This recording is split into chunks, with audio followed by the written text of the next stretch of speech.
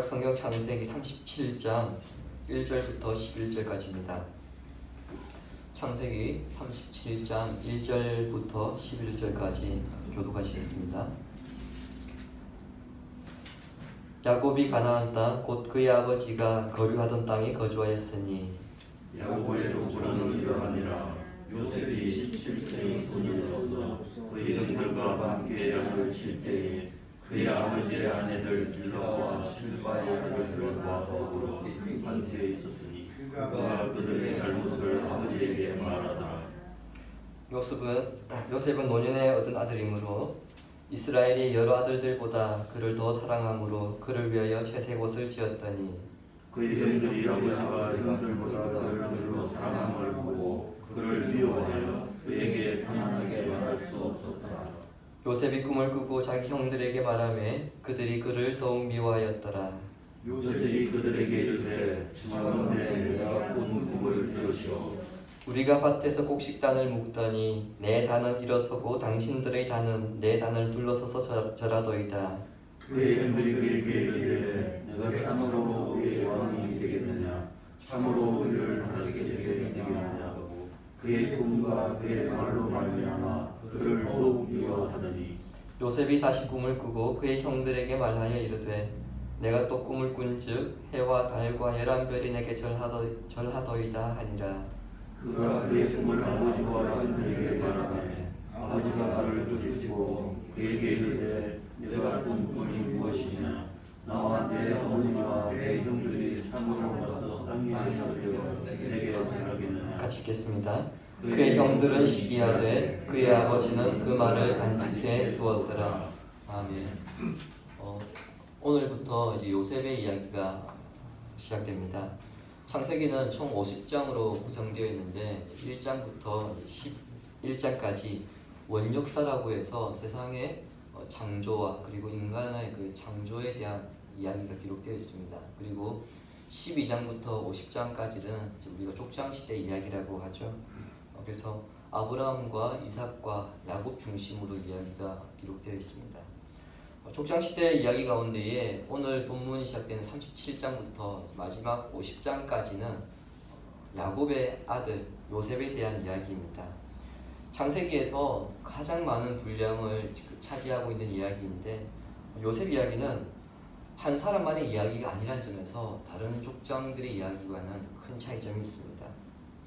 아브라함과 이삭, 야곱의 이야기는 하나님께서 이 사람들을 어떻게 지키시고 인도하시는가 그것에 대한 이야기라고 한다면 요셉의 이야기는 요셉의 한 개인, 한 가정을 넘어서서 자기 백성에 대한 하나님의 구원 계획을 어떻게 이루어가는가 그것에 대한 이야기입니다. 즉 한 개인의 이야기보다는 공동체에 대한 이야기로서 그런 점에서 요셉의 이야기는 구약 성경의 인물 가운데에 가장 예수님을 닮은 사람이다 그렇게 볼 수 있습니다.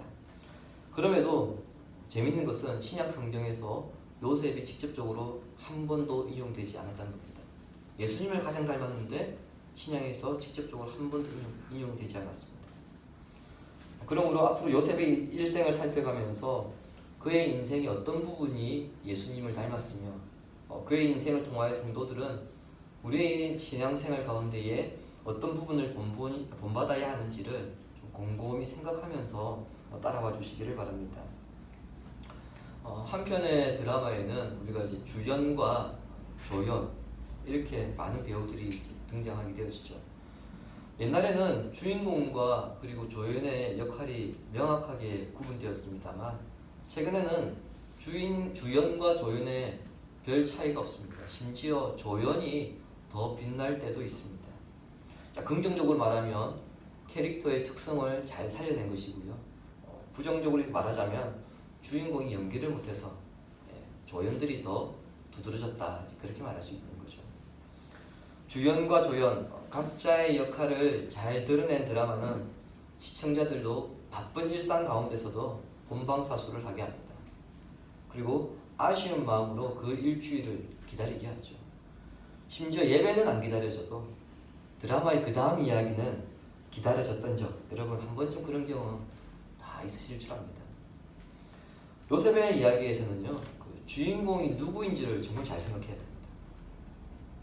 그렇지 않으면 요셉의 이야기는 그냥 위인전으로 전락하게 됩니다. 그 출발점이 본문입니다. 에서와 야곱이 이제 역사의 무대 뒤로 사라지게 되어지고요. 요셉의 역사가 이제 서서히 등장하게 되는 것이 본문입니다. 본문은 요셉이 17세 때 있었던 일을 기록하고 있습니다. 우리는 요셉의 어린 시절, 다른 건 몰라도 요셉이 야곱의 12아들 가운데 가장 총애를 받았던 아들이다, 그 사실을 잘 알고 있습니다. 자, 그렇다면 이런 생각이 들죠. 도대체 무엇 때문에 야곱은 요셉을 총애하였던 것일까? 다르게 반대로 이야기하면은 요셉은 무엇 때문에 아버지의 사랑을 독차지했던 것일까? 이런 생각을 해볼 수 있습니다. 자, 여기에 대해서 본문 2절과 4절을 통해 우리는 그 답을 찾을 수 있습니다. 2절을 다시 보시기 바랍니다. 야곱의 족보는 이러하니라. 요셉이 17세의 소년으로서 그의 형들과 함께 양을 칠 때에 그의 아버지 아내들 빌하와 실바의 아들들과 더불어 함께 있었더니 그가 그들의 잘못을 아버지에게 말하더라. 자, 그리고 3절입니다. 3절은 요셉은 노년에 얻은 아들이므로 이스라엘이 여러 아들들보다 그를 더 사랑하므로 그를 위하여서 채색 옷을 지었다, 그렇게 말씀하고 있습니다. 자, 야곱이 가장 사랑하는 아내 라헬을 통해 얻은 아들이 요셉이죠. 그리고 야곱이 노년에 얻은 아들이기 때문에 이 두 가지 이유로 인해서 야곱이 유난히 요셉을 더 사랑했다, 우리는 그렇게 주로 생각합니다. 그런데 그렇게만 생각하면 우리는 요셉이 어떤 사람인가, 그것에 대한 것을 놓칩니다. 조금 전 다시 읽었던 2절과 3절 말씀을 통해서는 야곱이 요셉을 총애하였던 두 가지 이유를 밝히고 있습니다. 자, 이것은 요셉이 장차 애굽에서도 인정받았던 것이기 때문에 우리 이것을 살펴보아야 되겠죠. 하나는 요셉의 성실성입니다. 요셉이 17살 때 형들과 함께 양을 쳤는데 그때 입었던 옷이 3절에는 채색 옷이다, 그렇게 되어 있죠. 우리 한글 성경에 채색 옷으로 그렇게 번역이 되어 있다 보니까 우리 어떤 생각을 하냐면 명절에 입었던 색동옷, 꽃가옷이라고 그러죠. 그런 옷을 우리가 생각하는 경향이 있는데요. 혹시 NIV 성경을 가진 분들은 이 채색 옷에 대해서 어떻게 설명이 됐는지 좀 더 명확하게 이해하실 수 있을 겁니다.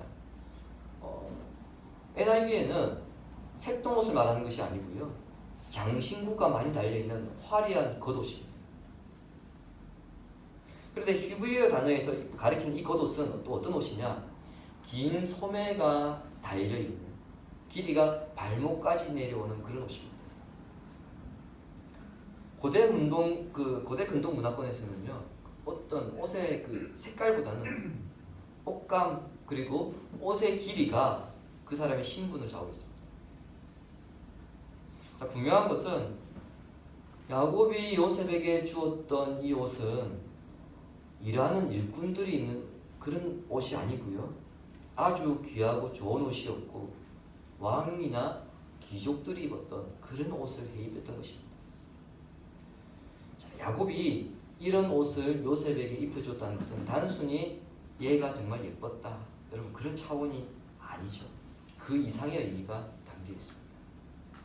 오늘 주보에 있는 역대상 5장 1절과 2절 함께 읽겠습니다. 이스라엘의 장자 르우벤의 아들들은 이러하니라. 르우벤은 장자라도 그의 아버지의 신상을 장자의 명분이 이스라엘의 아들 요셉을 자식에게 돌아가서 족보의 장자의 명분대로 기록되지 못하였느니라. 유다는 형제보다 뛰어나고 주권자가 유다에게서 났으나 장자의 명분은 요셉에게 있으니라. 여러분, 이 말씀은 야곱이 요셉을 자신의 대를 이을 장자로 인정했다는 것을 의미합니다. 그리고 야곱 역시 둘째였습니다. 육체적으로는 둘째였지만 이삭의 대를 잇는 장자가 되었듯이 요셉도 육체적으로는 장자가 될 수 없는 순서이나 영적으로는 그가 장자였다는 사실을 인정한 것입니다. 형제들도 이 사실을 모를 리 없습니다. 왜냐? 요셉이 입고 있는 그 옷을 보면 알 수 있기 때문이죠. 그 옷의 의미가 단순한 의미가 아닙니다. 그런 옷을 입고 요셉이 형들과 양을 쳤습니다. 물론 여러분, 형들과 양을 칠 때 그 옷을 입었다고 해서 형들에게 뭐 이래라 저래라 그렇게 감독할 수 있는 그런 상황은 아니었습니다만, 그렇다고 해서 좋은 옷을 입었기 때문에 나는 못하겠다, 그렇게 하지 않고 직접 양을 쳤다는 겁니다. 이런 점에서 요셉은 자기가 해야 할 일에 대해서 자기가 어떤 옷을 입고 있든 지금 자기가 어떤 자리에 있든 상관없이 책임감 있게 성실하게 자기에게 주어진 역할을 감당했다는 것을 우리가 알 수 있습니다. 야곱이 요셉을 총애했던 두 번째 이유는 정직성입니다. 정직성이죠. 2절 끝에 보시면은 그가 그들의 잘못을 아버지에게 고발하였더라 말하였다 이렇게 기록하고 있습니다.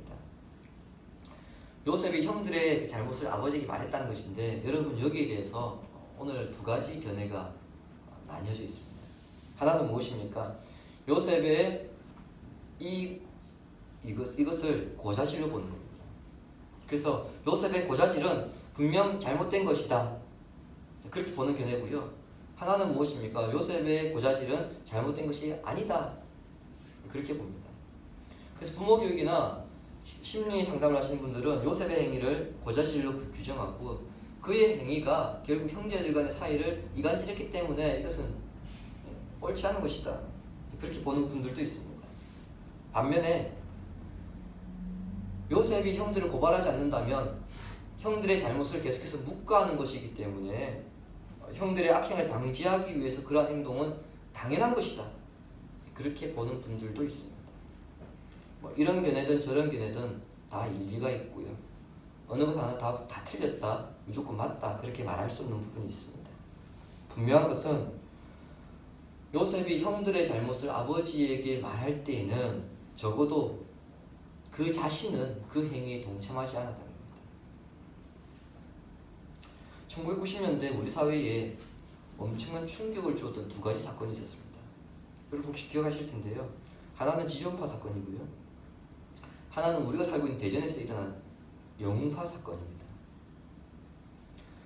지존파 사건과 영웅파 사건, 이 두 가지 사건이 그 당시 사회에 굉장한 충격을 주었던 이유는요, 인육을 먹었기 때문입니다. 인육을 먹은 이유들은 이런 간단합니다. 그들의 행위, 그 범죄를 발설하지 않도록 하는 하나의 그 공동체를 묶기 위한 고리였습니다. 그래서 조직원들 모두가 그 범죄에 가담시켰던 겁니다. 중고등학교에서 일진들이 학교 폭력을 일으키고 신고하지 하지 못한 방법 중 하나가 뭐냐면 피해자로 하여금 또 다른 범죄를 하게 만드는 거죠. 그래서 신고를 어떻게 하는 겁니다. 마찬가지로 형들이 어떤 것을 모의했습니다. 그리고 그것을 실제로 실행에 옮겼습니다. 자, 그랬을 때 만약에 요셉이 그 행위에 동참했다면 자기 자신 아버지에게 가서 형들이 이런 잘못을 했습니다, 고발할 수 있었겠습니까? 불가능하죠. 그러니까 적어도 요셉은 그 행위들에 동참하지 않았고요.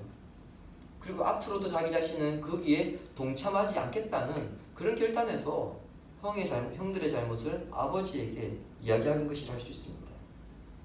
자, 이것 때문에 요셉이 형들에게 엄청난 미움을 당합니다. 4절은 형들이 요셉을 미워하여 그에게 편안하게 말할 수 없었다, 그렇게 성경은 번역되어 있는데, 여러분 이것은요 편하게 말을 하지 않은 것이 아니고 쉽게 말하면 인사조차 하지 않았다는 의미입니다. 대놓고 사람을 무시했다는 거죠. 한 집에 살면서 인사조차 하지 않을 정도니까 그 형들이 요셉에게 어느 정도 미워했는가, 이것을 우리는 짐작할 수 있습니다. 자신은 죄에 대해서 정직하게 살려고 했습니다. 또 그렇게 살았습니다. 근데 정작 자신에게 돌아온 것은 무엇입니까? 무시고요, 왕따이고요, 외로움입니다.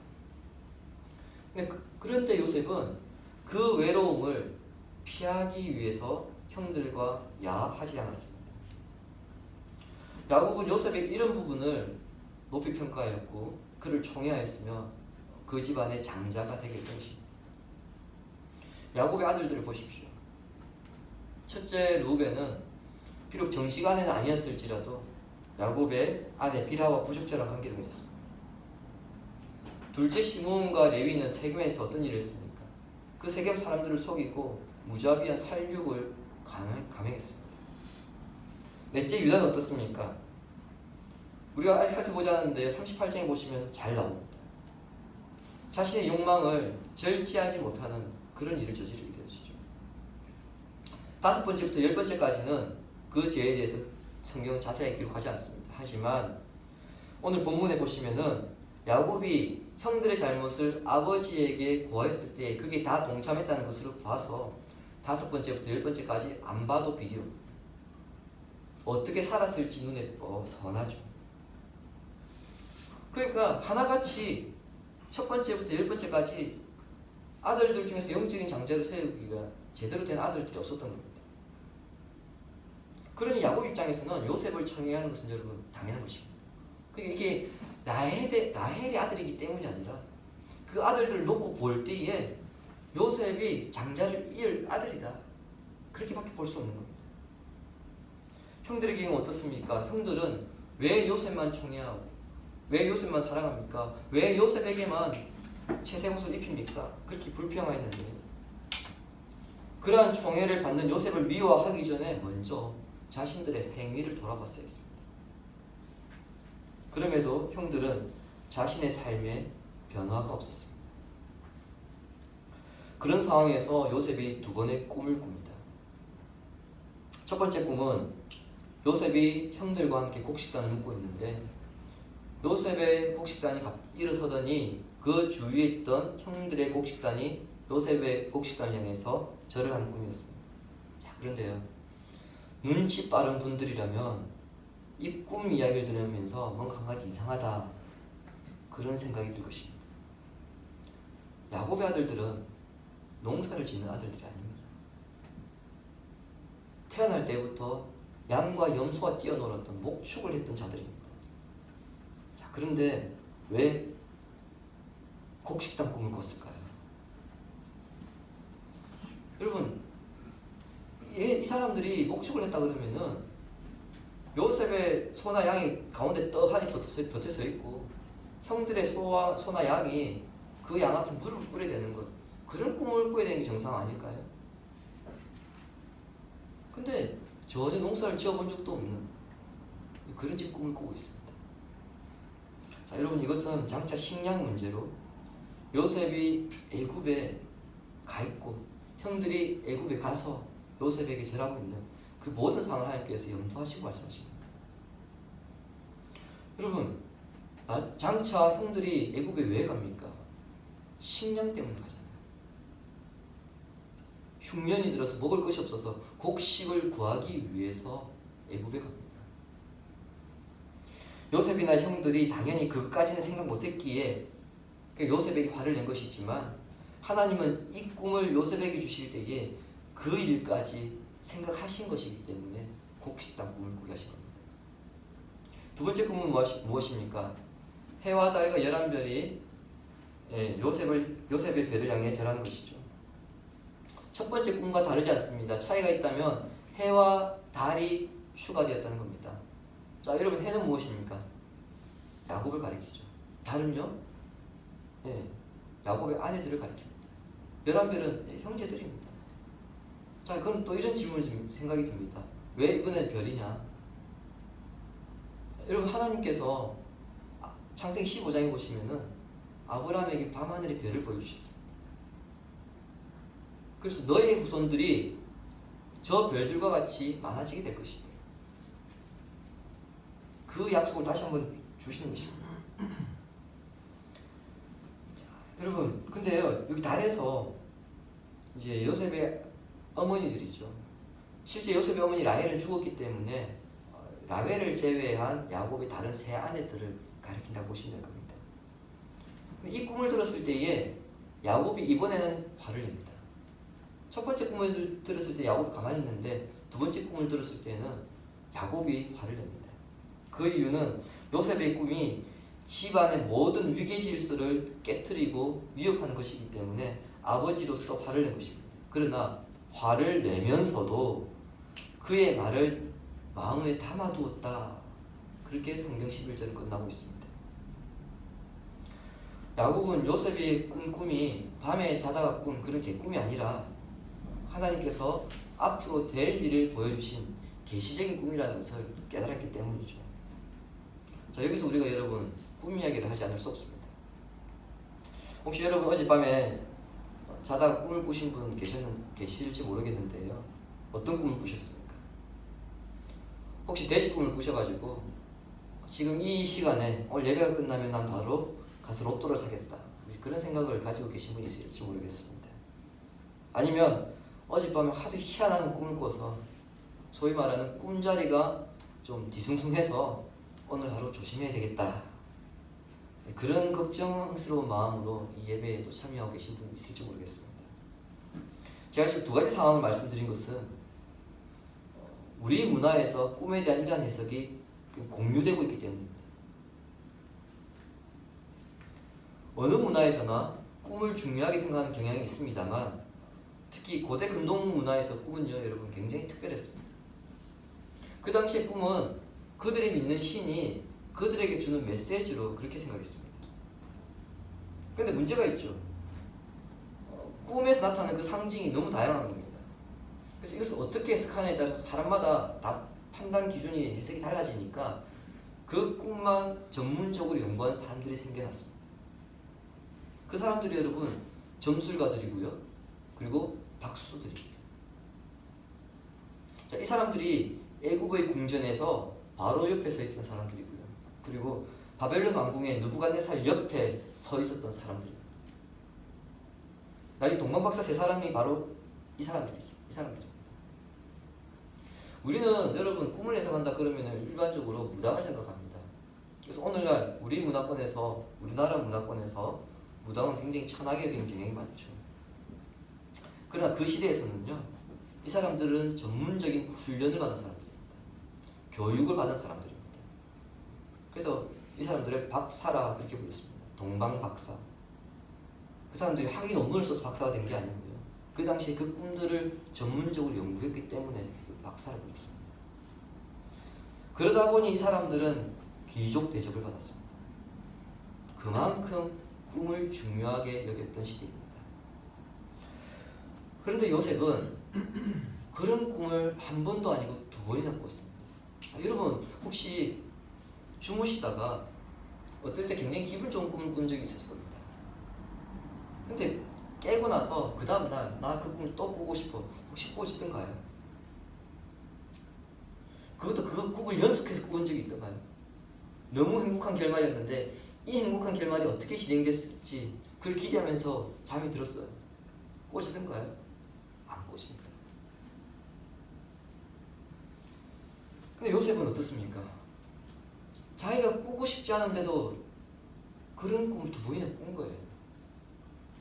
그리고 요셉의 꿈은 그런 점술가들이나 박사들을 찾아가지 않더라도 의미가 파악이 되는 그런 꿈이었습니다. 누구나 다 아는 그런 꿈이었습니다. 그래서 형제들은 자신들의 상황에서 그 꿈을 해석하여서 요셉을 미워한 겁니다. 야곱이 요셉만 총애해야 해서 안 그래도 그 거리가 멀어졌는데 요셉의 꿈으로 인해서 형들과 요셉의 관계가 정말 가까워질 수 없는 그런 파국으로 치닫게 되어지죠. 형들은 요셉의 꿈을 예언으로 받아들이지 않았습니다. 요셉이 아버지로부터 오냐 소리 듣다 보니까 이놈이 기고만장해서 소위 말하는 그냥 짓거리는 함부로 말하는 그런 소리를 들은 겁니다. 그러나 정말 이 사람들이 하나님을 아는 사람들이었다면 요셉이 반복해서 꾸는 이 꿈을 통해서 하나님의 예언이 담긴 그 메시지를 발견했을 겁니다. 또 하나 그 꿈 자체가 예사롭지 않다. 두 번이나 꾸었다는 그 자체가 이것은 자기 꾸려고 해서 꾼 게 아니구나. 그 사실을 깨달았을 겁니다. 창세기 41장 32절 주고 있습니다. 보십시오. 바로께서 꿈을 두 번 겹쳐 꾸신 것은 하나님이 이 일을 정하셨습니다. 하나님이 속히 행하시리니. 그럼 창세기 보시면은 요셉이 꿈과 관련해서 총 3번의 사건들이 나타납니다. 근데 그때마다 꿈이 꼭 2개씩 나타납니다. 짝을 지어서. 그 의미는 지금 요셉이 어떻게 밝히고 있습니까? 하나님께서 이 일을 반드시 이루실 것이다. 한 번 꿨으면 어쩌다 그럴 수 있다 생각할 수 있는데요. 2번을 꿨을 때는 하나님께서 반드시 이것을 이루실 것이기 때문에 꾸게 하신 것이다. 요셉이 그렇게 이야기하는 겁니다. 결국 본문에서 요셉의 꿈을 언급하고 있는 것은 요셉이 애굽으로 팔려가게 되는 것이 하루아침에 일어난 일이 아니고요. 오랫동안 형들과 빚어왔던 그 갈등이 폭발하는 일에 불과하다. 그것을 강조하는 것밖에 되지 않습니다. 따라서 여러분, 요셉의 꿈에 너무 큰 의미를 둘 필요는 없습니다. 많은 분들이 오늘 본문을 대할 때에 꿈 자체에 엄청난 의미를 두거든요. 근데 여러분, 오늘 본문에서 이 창세기를 기록한 저자도 그 꿈 자체에 대단한 의미를 두지는 않습니다. 단지 이 꿈은 나중에 일어날 일에 대한 시발점에 불과하다. 예, 딱 그 정도입니다. 그러므로 여러분도 아침에 자고 일어났을 때에 꿈 때문에 뭔가 기대를 하거나 또는 그 꿈 때문에 불안해하지 마시기 바랍니다. 꿈 때문에 소위 그날 하루에 운이 좋고 나쁘고의 문제가 나타나는 것이 아니기 때문입니다. 어떤 일이 일어날 때 그 일에 대한 연관성이 있는 것이지 그게 여러분 꿈 때문에 나타나는 것은 아니라는 겁니다. 요셉의 꿈은 계시적인 성향으로 주신 것이기 때문에 이 꿈은 13년 후에 하나님께서 그 꿈들을 현실이 되게 하시긴 하지만 그러나 그 이전에 여러분 뭐가 먼저 있어야 됩니까? 요셉이 애굽으로 먼저 가야 합니다. 요셉이 총리가 되기 위해서는 먼저 애굽으로 먼저 가야 합니다. 그러면 이제 이런 생각을 하게 되죠. 어떻게 애굽으로 가게 되는가? 무엇 때문에 애굽으로 가게 되는가? 그게 여러분 요셉의 꿈 때문에 가게 되었다는 겁니다. 그렇게 보면 요셉의 꿈은 그 일에 일어난 하나의 출발점밖에 안 되는 거예요. 너무 여기에 큰 의미를 우리가 투영시킬 필요가 없습니다. 주님이 사랑하신 심은 성도 여러분, 본문은 우리가 너무 잘 아는 말씀입니다. 신앙생활 오래 하신 분들은 본문에 대해서 설교를 정말 수십 번도 많이 더 들었을 겁니다. 그런데 너무 잘 아는 본문인데 사실 너무 쉽게 지나치는 본문입니다. 쉽게 지나친다는 게 무슨 의미냐면은 오늘 본문을 대할 때에 야곱과 요셉과 그의 아들들 여기에만 초점을 맞추다 보니까 실제 주인공을 놓치게 된다는 겁니다. 이 사실이 중요합니다. 오늘 본문에는요, 또한 오늘 본문이 기록된 37장에는 재미있는 게 하나 있습니다. 하나님이라고 하는 단어가 한 번도 등장하지 않습니다. 하나님 등장하지 않습니다. 하나님이라고 하는 글자도 등장하지 않습니다. 그러다 보니 하나님이 스텝이고 요셉이 주연, 야곱과 그의 아들들은 조연, 그렇게 느껴집니다만 단 한 번도 그 이름이 나오지 않더라도 주인공은 하나님입니다. 요셉이 주인공처럼 느껴지는데요. 그러나 요셉이 2번의 꿈을 꾸게 하신 분이 누굽니까? 하나님이십니다. 앞으로 나타날 하나님의 계획을 요셉을 통해서 보여주신 것입니다. 우리가 여러분 드라마를 볼 때에 어떤 드라마 같은 경우에는 1편 초반부터 주인공이 나와서 설치고 다니는 경우도 있지만은 어떤 드라마는 주인공이 나타나지 않고 서서히 등장하는 경우가 있죠. 요셉의 이야기에서 하나님은 서서히 등장하십니다. 장차 이스라엘 민족의 조상이 될 야곱의 가문을 누가 구원합니까? 요셉이죠. 그런데 이스라엘 민족을 보존하기 위한 그 야곱 가문의 구원자로 요셉을 선택하신 분이 누구입니까? 하나님입니다. 야곱이 아니라 하나님이 요셉을 선택하셨습니다. 여러분, 하나님께서 구원자를 선택하시고 세우신다. 이 사실이 중요합니다. 자, 그렇다면 하나님의 계획으로 선택되어지고 세워진 구원자, 그 사람 외에는요, 그 누구도 구원자가 될 수 없다는 것을 우리는 먼저 생각해야 됩니다. 제가 설교를 시작하면서 요셉은 구약에서 예수님을 가장 닮은 인물이다, 그렇게 말씀드렸습니다. 요셉과 마찬가지로 예수님을 구원자로 세우신 분이 하나님이십니다.